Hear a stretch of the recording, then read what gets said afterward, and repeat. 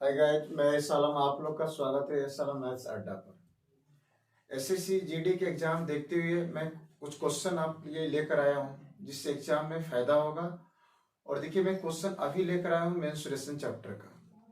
Menstruation chapter का जिसमें आपका 2D का भी क्वेश्चन मिलेगा, 3D का भी क्वेश्चन मिलेगा। मैं अभी जो क्वेश्चन आप लोगों को बताने वाला हूँ आयत से रिलेटेड।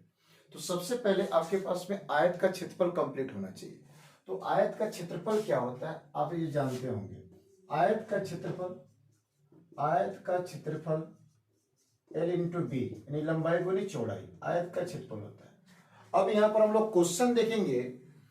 यदि किसी आयत की लंबाई को 4:5 में बढ़ा दिया जाए, लंबाई को 4:5 के अनुपात में बढ़ा दिया जाए और उसकी चौड़ाई को 3:2 के अनुपात में घटा दिया जाए, क्षेत्रफल में अनुपात में कम हो जाएगा, आपको ये बताना है। तो क्षेत्रफल अनुपात में कम हो जाएगा ये आपको बताना है। तो मेरे प्यार में जरा ध्यान दीजिएगा, लंबाई 4:5 में बढ़ा दिया जाता है। लंबाई जो होता है वो 4:5 में बढ़ा दिया जाता है और चौड़ाई जो होता है वो 3:2 के अनुपात में क्या किया जाता है, घटा दिया जाता है। तो चौड़ाई 3:2 के अनुपात में क्या किया जाता है, घटा दिया जाता है। तो आप यहां पर देखेंगे कि पहले लंबाई 4 थी, अब 5 कर दी गई। चौड़ाई 3 थी, वो 2 कर दी गई। तो क्षेत्रफल किस अनुपात में कम हुआ आपको ये बताना है। तो आप देखेंगे कि लंबाई गुनी चौड़ाई ये क्या दिखाएगा, क्षेत्रफल, यानी 12। और लंबाई गुनी चौड़ाई ये क्या दिखाएगा, क्षेत्रफल। अब इन क्षेत्रफल का जब अनुपात निकालेंगे तो देखिए 2 से डिवाइड होगा तो यहाँ पर 6 आ जाएगा और ये 2 से डिवाइड होगा तो यहाँ 5 हो जाएगा, यानी 6:5 यानी 6:5 के रूप में क्षेत्रफल में कमी हो गई। जो आपका करेक्ट आंसर कौन सा है, डी नंबर ऑप्शन है कि नहीं। नेक्स्ट क्वेश्चन हम लोग देखते हैं मेंस्ट्रुएशन से रिलेटेड। देखेंगे यहाँ पर क्वेश्चन, अब ये त्रिभुज से रिलेटेड क्वेश्चन है। और देखिए त्रिभुज से रिलेटेड जो क्वेश्चन है एग्जाम के लिए इंपोर्टेंट है। किसी भी त्रिभुज की अगर भैया बेस कंप्लीट हो और हाइट कंप्लीट हो तो वहां अगर क्षेत्रफल आपको बताना है तो आप बोलेंगे 1/2 आधार गुनी ऊंचाई। यानी किसी भी त्रिभुज का बेस कंप्लीट हो और हाइट कंप्लीट हो तो आपको क्षेत्रफल निकालना है तो आप बोलेंगे 1/2 आधार गुनी ऊंचाई, 1/2 आधार गुनी ऊंचाई। जैसे मैंने बोला कि त्रिभुज का क्षेत्रफल यानी 1/2 आधार गुनी ऊंचाई। ये जब आप कैलकुलेशन करेंगे तो त्रिभुज की क्षेत्रफल की प्राप्ति हो जाएगी। लेकिन कब, जब आपके पास बेस और हाइट कंप्लीट हो तो ये फॉर्मूला उपयोग कर लेंगे। जैसे कि यहाँ क्वेश्चन देख रहे हैं कि दो त्रिभुज के क्षेत्रफलों का अनुपात 1:2 है और उनके आधारों का अनुपात 3:4 है, तो उनकी ऊंचाइयों का अनुपात क्या होगा आपको ये बताना है। देखेंगे तो पहले त्रिभुज का क्षेत्रफल 1 और दूसरे त्रिभुज का क्षेत्रफल 2 है। इस क्षेत्रफल का रेशियो कंप्लीट कर दिया गया है। तो आप देख रहे हैं कि क्षेत्रफल बराबर लिख सकते 1/2 आधार गुनी ऊंचाई। तो आपने यहां देखा कि पहले त्रिभुज का आधार कितना है, 3, तो आप यहां 3 पुट कर देंगे। ऊंचाई मालूम नहीं है, h1 कर दिया गया। फिर यहां कहेंगे दूसरे त्रिभुज का क्षेत्रफल, तो 1/2 आधार गुनी ऊंचाई। तो दूसरे त्रिभुज का आधार का अनुपात कितना है, 4, तो यहां पर 4 लिख देंगे। और दूसरे त्रिभुज की ऊंचाई नहीं मालूम है तो यह h2 कर दिए। आपने देखा कि पहला त्रिभुज का क्षेत्रफल बटा दूसरे त्रिभुज का क्षेत्रफल, तो यहां पर भी लिखे भैया 1/2 आधार गुनी ऊंचाई। फिर नीचे लिखे 1/2 आधार गुनी ऊंचाई। तो ये पहले त्रिभुज का क्षेत्रफल है, ये दूसरे त्रिभुज का क्षेत्रफल। 1/2 ये क्या हो जाएगा, कैंसिल हो जाएगा।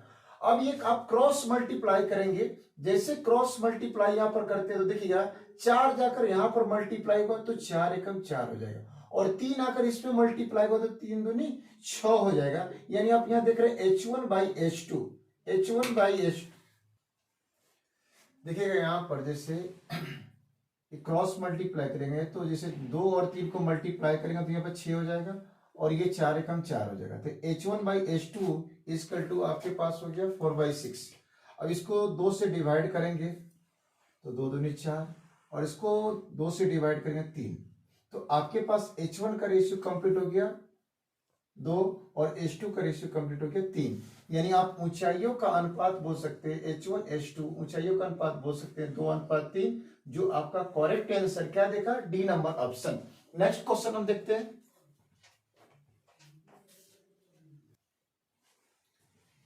देखते हैं यहाँ पर अभी जो क्वेश्चन ये गोला से रिलेटेड है। तो यहाँ पर जो बात किया गया है कि यदि गोले के पृष्ठीय क्षेत्रफल का अनुपात 49:25 है तो उनके आयतनों का अनुपात क्या होगा। तो मेरे प्यार में जरा ध्यान दीजिएगा, क्षेत्रफल जब हमेशा ये वर्ग में बात किया जाता है तो गोला का जो क्षेत्रफल होता है, गोला का वक्र पृष्ठ का जो क्षेत्रफल होता है 4πr² होता है ना, और गोला का आयतन जो होता है 4/3πr³ होता है। लेकिन आप डायरेक्ट अगर आंसर भैया टिक करना चाहते हो आराम से टिक कर सकते हैं। देखिए क्षेत्रफलों का अनुपात दिया है 49:25, क्षेत्रफलों का अनुपात दिया 49:25 यानी 49 आप देखिए किसका स्क्वायर है तो 7 का स्क्वायर है, और 25 देखेंगे किसका स्क्वायर है तो 5 का स्क्वायर है। तो आपसे क्यू यानी आयतन पूछा जा रहा है तो आप क्यू कर दीजिए, उसका क्यू कर दीजिए, तो 7 का क्यू कर दीजिए और 5 का क्यू कर दीजिए, आपके पास आयतन कंप्लीट हो जाएगा। तो 7 का क्यू 343 और 5 का क्यू या 125, यही आपका करेक्ट आंसर हो जाएगा। जैसे कि हम ऑप्शन नंबर देख रहे हैं किसमें, ए में। तो जब भी आपके पास गोला का अगर क्षेत्रफल कंप्लीट है, क्षेत्रफल का अनुपात दिया जा रहा है तो आप देखिए किसका स्क्वायर है कि नहीं। तो आप जैसे देखें कि भैया 49 है तो 49 किसका स्क्वायर है तो 7 का स्क्वायर है, 25 किसका स्क्वायर है तो 5 का स्क्वायर है। आपसे आयतन पूछ रहा है तो उसका क्यू कर दीजिए। तो 7 का क्यू 343 और 5 का क्यू 125, जो आपका करेक्ट आंसर हो गया। ऑप्शन नंबर आपका फर्स्ट में छूटा हुआ 143/125 होगा, जो आपका कंप्लीट आंसर हो जाएगा। नेक्स्ट हम क्वेश्चन देखते हैं। देखिए यहां समचतुर्भुज से क्वेश्चन है, तो समचतुर्भुज से क्वेश्चन है तो सबसे पहले जरा ध्यान दीजिए क्वेश्चन का आपके पास में इसका फॉर्मूला कंप्लीट होना चाहिए।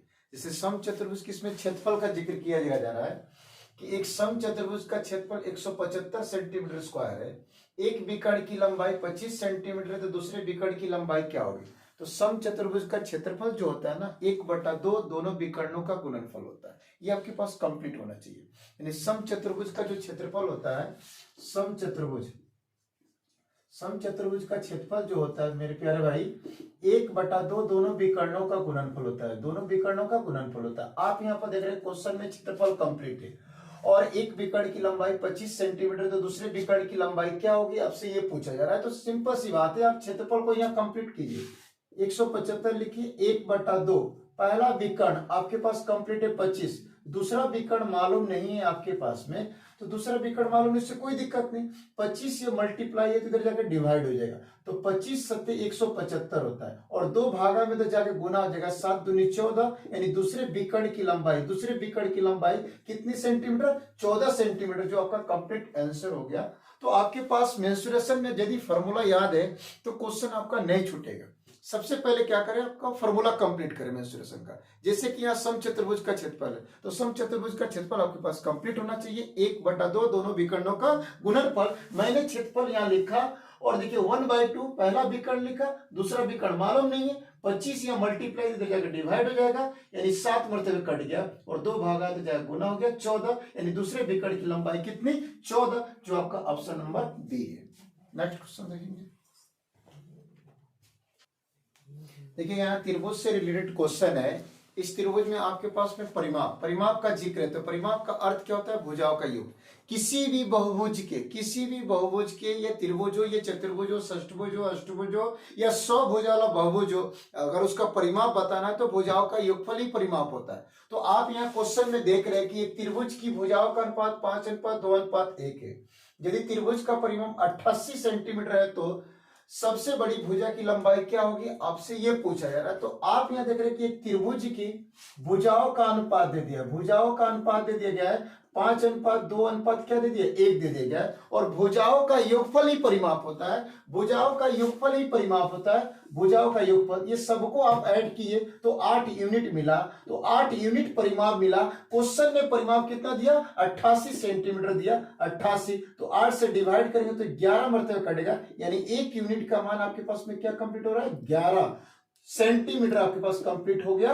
तो आपसे सबसे बड़ी भुजा पूछी जा रही है, तो आप देखें 5, 2, 1, तो सबसे बड़ी इसमें क्या है 5, तो एक का मान आपके पास कितना है 11 सेंटीमीटर, तो 5 का मान निकालना है तो 5 में 11 से मल्टीप्लाई कीजिए, 11 पचे 55, यानी सबसे बड़ी भुजा की लंबाई कितनी सेंटीमीटर की 55। अगर वो सबसे छोटी भुजा पूछता तो सबसे छोटी भुजा की यूनिट क्या है 1, आप 11 सेंटीमीटर ही बोल देते। अगर ये वाली भुजा का माप पूछता तो 11 दूनी 22 सेंटीमीटर पूछेंगे। त्रिभुज का अर्थ यानी किसी भी चतुर्भुज, त्रिभुज हो, बहुभुज हो, उसका परिमाप बताना तो भुजाओं का योगफल ही परिमाप होता है। नेक्स्ट क्वेश्चन देखेंगे।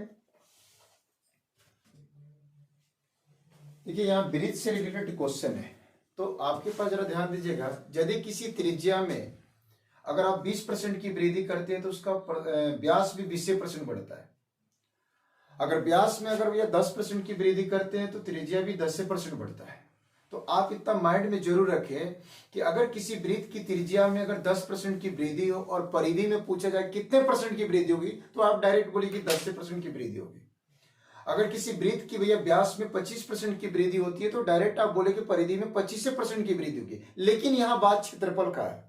जैसे कि आप देख रहे हैं कि एक वृत्त का व्यास 15% बढ़ जाता है तो उसके क्षेत्रफल में कितने परसेंट की वृद्धि होगी, आपसे यह पूछा जा रहा है। तो इस प्रकार की क्वेश्चन को आप सॉल्व कर लेंगे प्रभाव पर, यानी आप माइंड में रखेंगे वृत्त के क्षेत्रफल में प्रभाव क्या है रखेंगे, तो 2r + r² बटा 100। आप ये अपने माइंड में रख लेंगे। जब भी वो बोले कि वृत्त की त्रिज्या में इतना परसेंट बढ़ाया जाए या इतना परसेंट घटाया जाए या उसके व्यास में वृद्धि की जाए या कमी की जाए, तो आप वहां प्रभाव बराबर याद रखें 2r + r² बटा 100, यानी कितने परसेंट की वृद्धि, तो 15% की वृद्धि।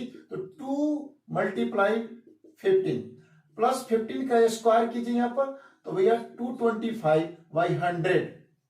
अब देखिए बटा में 100 है तो 2 अंक के बाद दशमलव डाल दीजिए, तो आप 2.25 यहाँ पर लिखिए, ये 15 दूनी 30 हो जाएगा और 30 से 2 जोड़ेंगे तो कितना आ जाएगा आपके पास में 32.25, यानी 32.25% ही क्षेत्रफल में बढ़ेगा, जो आपका correct answer D number option है।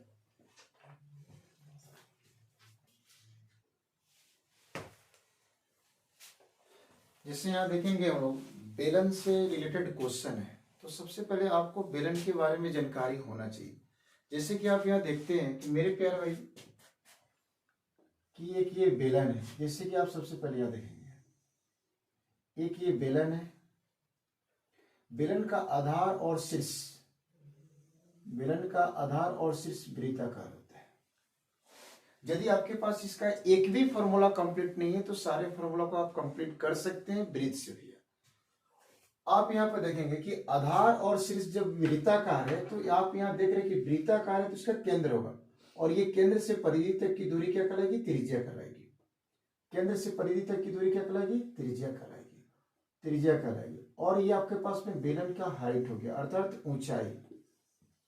तो आपसे कोई बेलन का आयतन पूछे, आपसे कोई क्या पूछे, बेलन का आयतन पूछे, बेलन का आयतन आपसे पूछे, तो ये सिंपल बात है, आपको फॉर्मूला याद भी नहीं है तो भी काम चलेगा।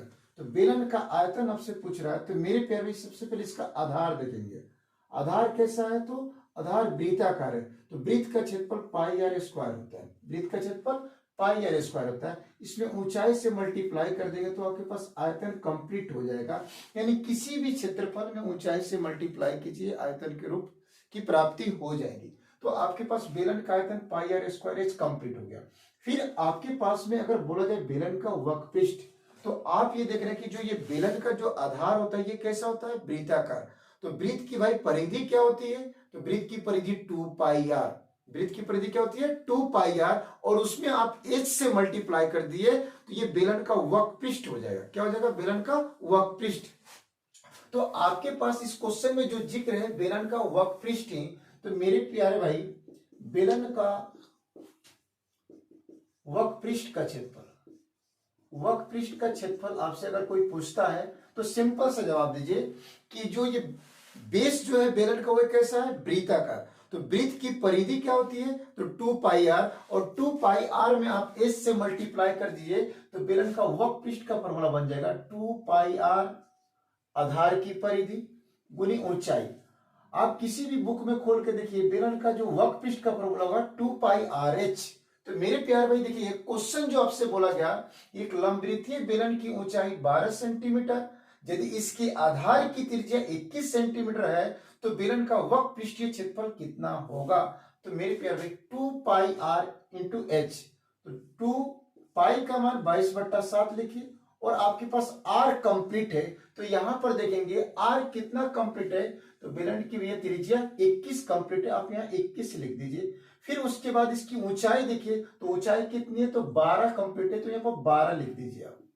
और ये बोलिए 7 त्रिका 21 है कि नहीं। अब इसको मल्टीप्लाई कीजिए, आप यहाँ पर देख रहे हैं कि भैया मल्टीप्लाई करना चाहते हैं, तो भैया 22 दूनी 44, और 44 में आप 3 से मल्टीप्लाई किए, तो 44 में 3 से मल्टीप्लाई किए तो 132 हो जाएगा, और 132 में आप 12 से गुना कर दीजिए, 132 में आप 12 से गुना कर लीजिए, तो 12 दूनी 24 के 4 हो जाएगा, यहाँ पर बचेगा आपके पास 2, 12 3 36 2 हो जाएगा 38, बचेगा आपके पास 3, और 12 कम 12 3 15, यानी 1584 आपके पास इसका कंप्लीट क्षेत्रफल हो जाएगा। बेलन का वक्र पृष्ठ का क्षेत्रफल 1284 सेंटीमीटर स्क्वायर, जो आपका कंप्लीट आंसर देख रहे हैं क्या, बी नंबर ऑप्शन है। तो आपके पास फॉर्मूला यदि कंप्लीट है मेंसुरेशन का, तो किसी भी क्वेश्चन में बनाने में आपको ज्यादा से ज्यादा वक्त नहीं लगेगा। तो सबसे पहले मेरा आपसे एक बात है कि आप फॉर्मूला को कंप्लीट कीजिए। फॉर्मूला यदि आपके पास कंप्लीट है तो सारे क्वेश्चन भैया मेंसुरेशन के बन जाएंगे। बेलन का आयतन, तो बेलन का आयतन पाई आर स्क्वायर एच होता है। अब बेलन का वक्र पृष्ठ आपसे पूछा जाए तो बेलन का वक्र पृष्ठ 2 पाई आर एच होता है। बेलन का संपूर्ण पृष्ठ बोला जाए तो 2 pi R into H plus R होता है कि नहीं। नेक्स्ट क्वेश्चन देखते हैं हम लोग। देखिए जो क्वेश्चन हम लोग के पास में आया है ये वृत्त और वर्ग से रिलेटेड है कि नहीं। तो आपके पास में वर्ग का क्षेत्रफल कंप्लीट होना चाहिए। तो वर्ग का क्षेत्रफल होता है भुजा स्क्वायर, या वर्ग का क्षेत्रफल विकर्ण स्क्वायर भी 2 भी बोल सकते हैं। वर्ग का विकर्ण होता है √2 गुनी भुजा, वर्ग का परिमाप होता है 4 गुनी भुजा, है ना। और वृत्त का क्षेत्रफल होता है पाई आर स्क्वायर, वृत्त की परिधि होती है 2 पाई आर, है कि नहीं। आप यहां पर देखिए क्वेश्चन क्या कह रहा है कि एक वर्ग और एक वृत्त का परिमाप समान है। यदि वृत्त का क्षेत्रफल 1386 सेंटीमीटर स्क्वायर है तो वर्ग का क्षेत्रफल क्या होगा। तो सबसे आप पहले देख रहे हैं कि वृत्त का क्षेत्रफल, तो वृत्त का क्षेत्रफल होता है पाई आर स्क्वायर, वृत्त का क्षेत्रफल पाई आर स्क्वायर। तो आपने यहां देखा कि वृत्त का क्षेत्रफल दिया 1386, तो आप यहां पर 1386 आप लिख दीजिए। पाई का मान लिखिए 22/7 into R square, 1386 R square 1386। अब यहां पर देखिएगा इसको 11 से कटाइए, तो 11 से कटाएंगे तो 11 दूनी 22, फिर 11 से इसको कटाइए तो 11 कम 11, यहां पर आपके पास बच गया 2, ऊपर आ गया 8 यानी 28। अब यहां बोले 11 दूनी 22, फिर इसमें बचेगा 6, ऊपर से आ जाएगा 6 66, 11 छक 66, ये कैंसिल हो गई। अब इसको आप 2 से कटाइए, फिर इसको आप 2 से कटाएंगे तो ये 6 हो जाएगा और ये 3 हो जाएगा, यानी 63 बढ़ते हुए कटा, और 7 भागा तो जाके गुना हो जाएगा। तो आर स्क्वायर इजकल टू 63 गुनी 7। तो आप यहां पर देख रहे हैं कि 9 सत्य 63 होता है और 7, तो आप जैसे ही स्क्वायर हटाएंगे तो इस पर रूट चढ़ जाएगा।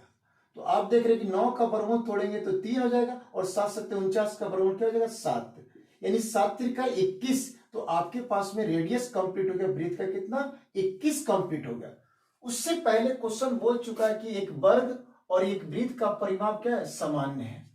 तो आप यहां पर जानते हैं कि वर्ग का जो परिमाप होता है 4 गुनी भुजा, वर्ग का परिमाप होता है 4 गुनी भुजा, और वृत्त की परिधि जो होती है ना 2 पाई आर, 2 पाई आर। तो आपके पास आर का वैल्यू कंप्लीट है, तो 4 गुनी भुजा इक्वल टू 2 पाई आर, पाई का मान 22/7 इंटू ये त्रिज्या, तो त्रिज्या कितना है, रेडियस कितना है 21, तो ये आपका 7 त्रिका 21 हो गया। देखिए यहाँ पर, और ये हो गया 22 दूनी 44, 4 इधर गुना है तो भागा में जाएगा तो कट जाएगा 11 मरता है, 11 3 33 हो जाएगा, 11 3 33 हो जाएगा। आपके पास वर्ग की भुजा कंप्लीट हो गई, वर्ग की भुजा क्या हो गई, कंप्लीट हो गई। सॉरी मैंने ऑप्शन नहीं लिखा, इससे कोई दिक्कत की बात नहीं है, आप यहाँ पर देखेंगे तो वर्ग की भुजा आपके पास 33 हो गई। तो वर्ग का क्षेत्रफल जो होता है ना, वर्ग का क्षेत्रफल भुजा स्क्वायर होता है। तो भुजा कितना है 33, अब 33 का स्क्वायर, यदि आपके पास 33 का स्क्वायर याद है तो आप डायरेक्ट बोल सकते थे, लेकिन नहीं याद हो तो भी आप देख लीजिए, आप बोलेंगे यूनिट डिजिट का स्क्वायर करेंगे, 3 का स्क्वायर करेंगे 9,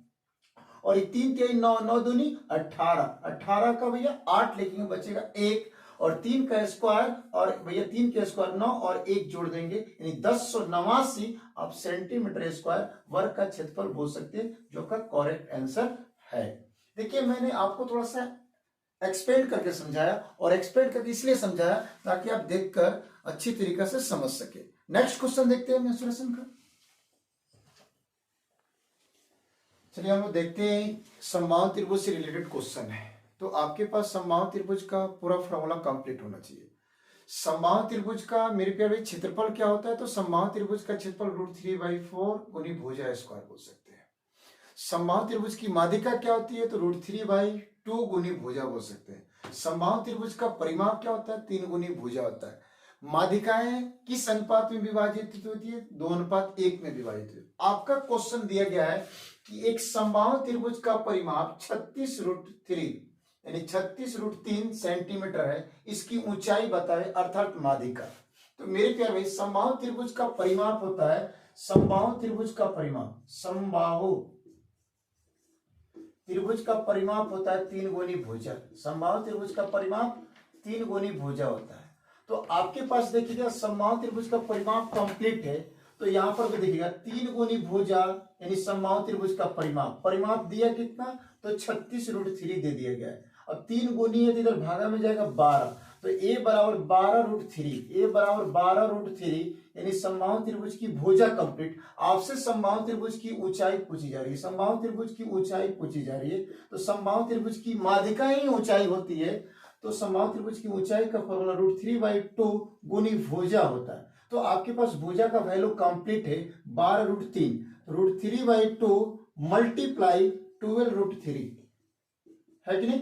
तो आप यहां पर देखेंगे कि भैया 2 से 12 को कटाएंगे 6, √3 मल्टीप्लाई होगा तो 3 हो जाएगा, और 3 6 में मल्टीप्लाई होगा तो 18 आ जाएगा। यानी भैया आपके पास समबाहु त्रिभुज की माध्यिका अर्थात ऊंचाई अर्थात शीर्षलंब यानी कितने सेंटीमीटर, 18 सेंटीमीटर। देखिए फॉर्मूला, मेंसुरेशन कुछ नहीं है, अगर फॉर्मूले इसके कंप्लीट है तो मेंसुरेशन के सारे क्वेश्चन भी कंप्लीट है। नेक्स्ट क्वेश्चन देखेंगे। चलिए यहां देखते हैं हम लोग, शंकु से रिलेटेड क्वेश्चन है। तो शंकु से रिलेटेड क्वेश्चन है तो इसके फॉर्मूले भी आपके पास कंप्लीट होना चाहिए मेरे प्यारे भाई। जैसे कि आप यहाँ देखेंगे क्वेश्चन क्या है, एक लंबवृत्तीय शंकु की ऊंचाई 24 मीटर है और तिरछी ऊंचाई 30 मीटर है, तो इसके वक्र पृष्ठ का क्षेत्रफल क्या होगा। तो मेरे प्यारे भाई आपके पास वक्र पृष्ठ का क्षेत्रफल कंप्लीट होना चाहिए, किसका, यहाँ पर शंकु का। तो शंकु का वक्र पृष्ठ का क्षेत्रफल होता है πr_l, शंकु का वक्र पृष्ठ का क्षेत्रफल होता है πr_l होता है। तो आप यहाँ पर देखते ध्यान दीजिएगा, शंकु का वक्र पृष्ठ का क्षेत्रफल, शंकु का वक्र पृष्ठ का क्षेत्रफल होता है πr_l। तो भैया आप पाई का मान जानते हैं कि 22/7, अब इंटू r, तो r आपके पास है क्या, तो मेरे पे शंकु की आपके पास में ये ऊंचाई दे रहा था, जो आपको ये 24 यहाँ लिख दिया गया। जैसे कि हम क्वेश्चन को क्लियर कर देते हैं।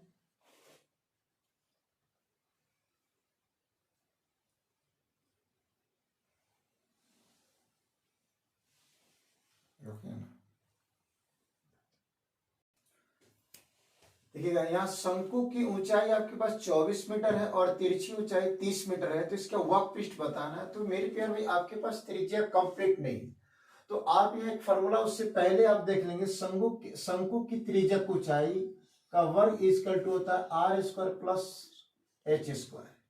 तो शंकु की आपके पास में तिरछी ऊंचाई मालूम है कितना, 30 मीटर। तो आप यहाँ पर करेंगे 30 का स्क्वायर बोलेंगे, तो 30 का स्क्वायर आपके पास हो जाएगा 900, और इसकी ऊंचाई आपके पास कंप्लीट है 24, इसकी ऊंचाई कंप्लीट है 24, तो ये 24 का स्क्वायर हो जाएगा और यहाँ पर r² हो जाएगा। तो आप 900 में से जैसे आप ले जाकर घटाएंगे 24, तो आपके पास यहाँ बचेगा 324, यानी 24 का स्क्वायर घटा रहे हैं, तो 900 में आप 24 का स्क्वायर 576 जब जैसे ही घटाएंगे तो आपके पास कंप्लीट हो जाएगा r² = 324, यानी r का मान आप बोल सकते हैं 18। तो आपके पास में शंकु की त्रिज्या की कंप्लीट प्राप्ति हो गई यहाँ पर, तो आप 18 लिखेंगे इंटू तिरछी ऊंचाई। तो तिरछी ऊंचाई कितनी है भैया, 30, तो 30 ही लिखेंगे। जब इसको आप कैलकुलेशन करेंगे 22 गुनी 18 गुनी 30 और उसमें 7 से भाग करेंगे तो आपके पास कंप्लीट आंसर प्राप्त हो जाएगा 1697.143 मीटर स्क्वायर आपके पास कंप्लीट आंसर हो जाएगा। नेक्स्ट क्वेश्चन देखेंगे।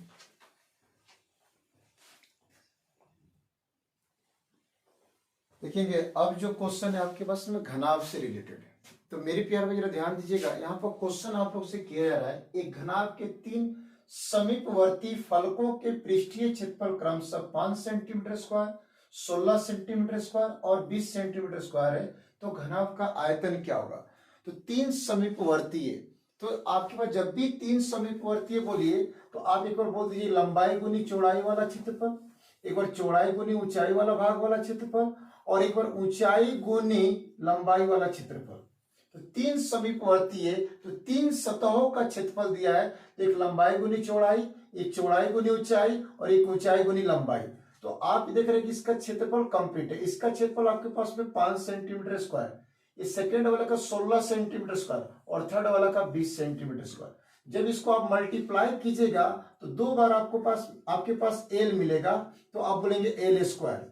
फिर आप इसको मल्टीप्लाई तो बी तो बी स्क्वायर, फिर एच एच मल्टीप्लाई करेंगे तो एच स्क्वायर। और जब इसको मल्टीप्लाई कर देंगे आप, यानी भैया 5 गुनी 16 और 16 गुनी कितना 20 करेंगे, तो देखिए 5 में 16 से गुना करेंगे 80 और 80 में 20 से जैसे ही गुना करेंगे तो आपको प्राप्त हो जाएगा 1600। और जैसे ही ये स्क्वायर हटेगा तो वहां पर L V H equal to root under कितना आ जाएगा 1600, और 1600 का जब वर्गमूल टूटेगा तो आपके पास प्राप्त हो जाएगा 40, यानी आप 40 सेंटीमीटर क्यूब आप बोल सकते हैं घनाभ का आयतन। तो घनाभ का आयतन क्या होता है, एल गुनी बी गुनी एच। तो मेरे प्यारे भाई जरा ध्यान दीजिएगा, जब भी आपके क्वेश्चन में घनाभ के 3 समीपवर्तीय सतहों का अगर क्षेत्रफल दिया गया हो तो आप तीनों का मल्टीप्लाई करके उसका स्क्वायर रूट अर्थात वर्गमूल तोड़ दीजिए। और जब वर्गमूल तोड़ देंगे तो वो पार्ट जो होगा घनाभ का आयतन होगा। जैसे कि आपके पास में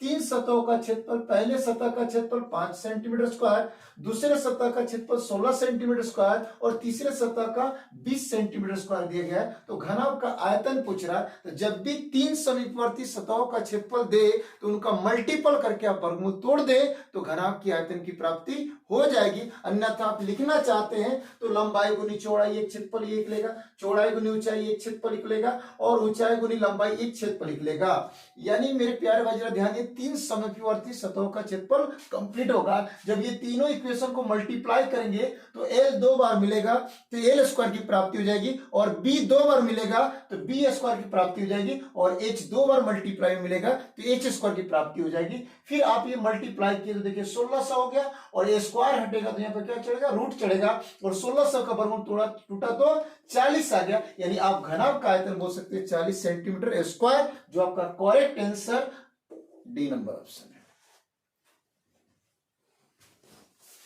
इसको यहीं पर रोक दीजिए। देखिएगा मैंने मेंसुरेशन का आपको मैंने एसएससी जीडी से रिलेटेड क्वेश्चन मैंने आपको बताया, लेकिन मैं एक पार्ट में इसको क्लियर नहीं कर पाया, और सारे भी क्वेश्चन में नेक्स्ट पार्ट में क्वेश्चन को क्लियर करूंगा। और आप लोग से निवेदन या रिक्वेस्ट, आप समझिए जो भी समझिए, आपसे ये विनती है कि आप कृपया करके ये वीडियो एक दूसरे जगह आप शेयर करें। यदि आपको समझ में नहीं आ रहा है तो आप रिपीट करके देखें, आपको अच्छी तरीके से समझ में आ जाए। अगर किसी प्रकार का दिक्कत हो तो आप कमेंट करके जरूर बताएं। मिलते हैं नेक्स्ट पार्ट में।